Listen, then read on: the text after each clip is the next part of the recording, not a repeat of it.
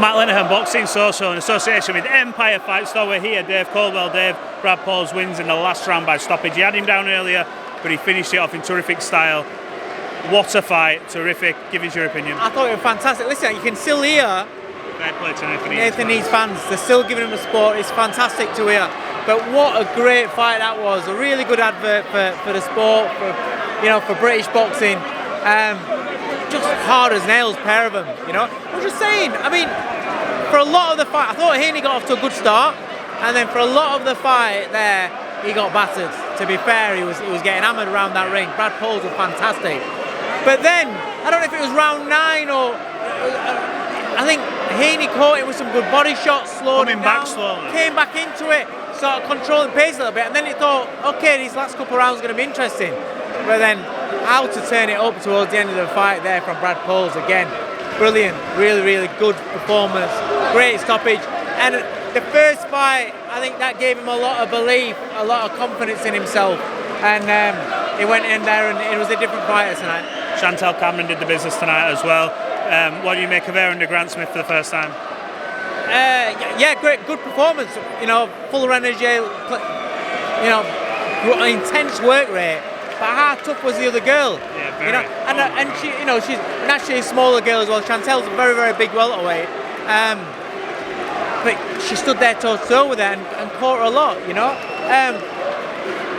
I can't judge on what differences are, one fight from switching camps and stuff, but it was a good performance, but it was a hard fight for her. They have a lot of boxing coming up. I won't keep you. I've got to say though, what the hell was that scorecard? 95-95 in the Cameron fight. Nuts. I was half interviewing and I heard it and thought that must be closer than what I saw, but I thought she was dominating personally. Let's talk a lot of boxing coming up. We've got next week Derek Chisora, The Last Dance at the O2. Joyce.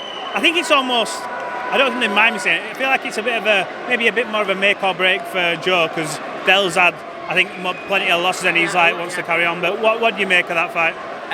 Derek will go as long as he wants to go, and he's openly said that that's his last fight at the O2, so it'll be an emotional night for him. The official time. It's, as far as the fight is concerned, I just think it's a case of who's got what left. It's one of those sort of fights. I've heard Gervonta Davis versus Lomachenko not happening, and I know people are like, want to see it, but also didn't want to see Loma at this age fight Gervonta.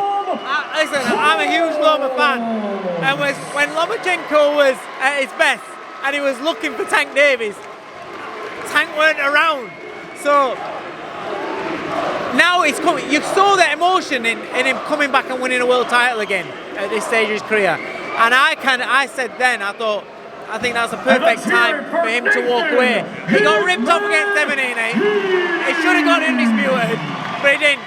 He took that away from him. He came back, he won a world title, and the way he was thanking his dad and everything, and that his dad kind of like kept him in it, I thought he needs to retire. And then they were talking about a Tank Davis fight, and I'm thinking, please no, because at this stage, I don't want to see Lomachenko fighting Tank Davis. Now Tank's at his prime and Lomachenko's well past it. Do we see Shakur and Tank? Why not? Why not? Shakur's an unbelievable talent. Tank Davis is an unbelievable talent. But Tank's got that power.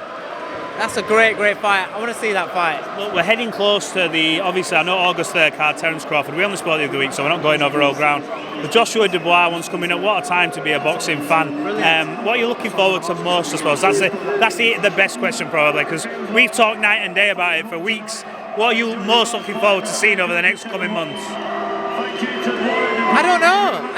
Probably Crawford, Madrimov, because that's such a good fight. How do you see it? Obviously Crawford, you have to say, goes favourite, but close fight. He is pound for pound, and he is right up there. He's one of the best men of definitely my generation. Could be ever. But he started off right down in weight. Sooner or later, when you keep going up in weights, testing yourself against the best guys, and Madrimov is brilliant. I was there ringside his last fight.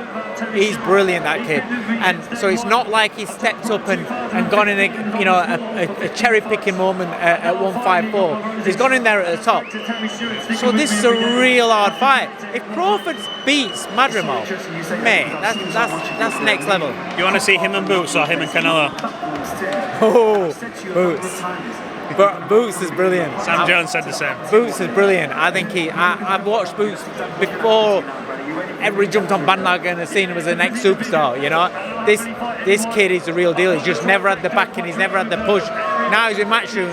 He's got the backing. He's got the push. He's got people that are going to shout and scream about his name, and he's going to be the star that his ability and his personality deserves. And him against Crawford is wow. Who wins at 147? At 147, who wins? Boxing. Yeah, boxing. That's a good answer. Yeah, us. We'll catch up when that fight hopefully gets made. Dave Coldwell, appreciate your time. We catch up soon. Cheers, mate. Nice one.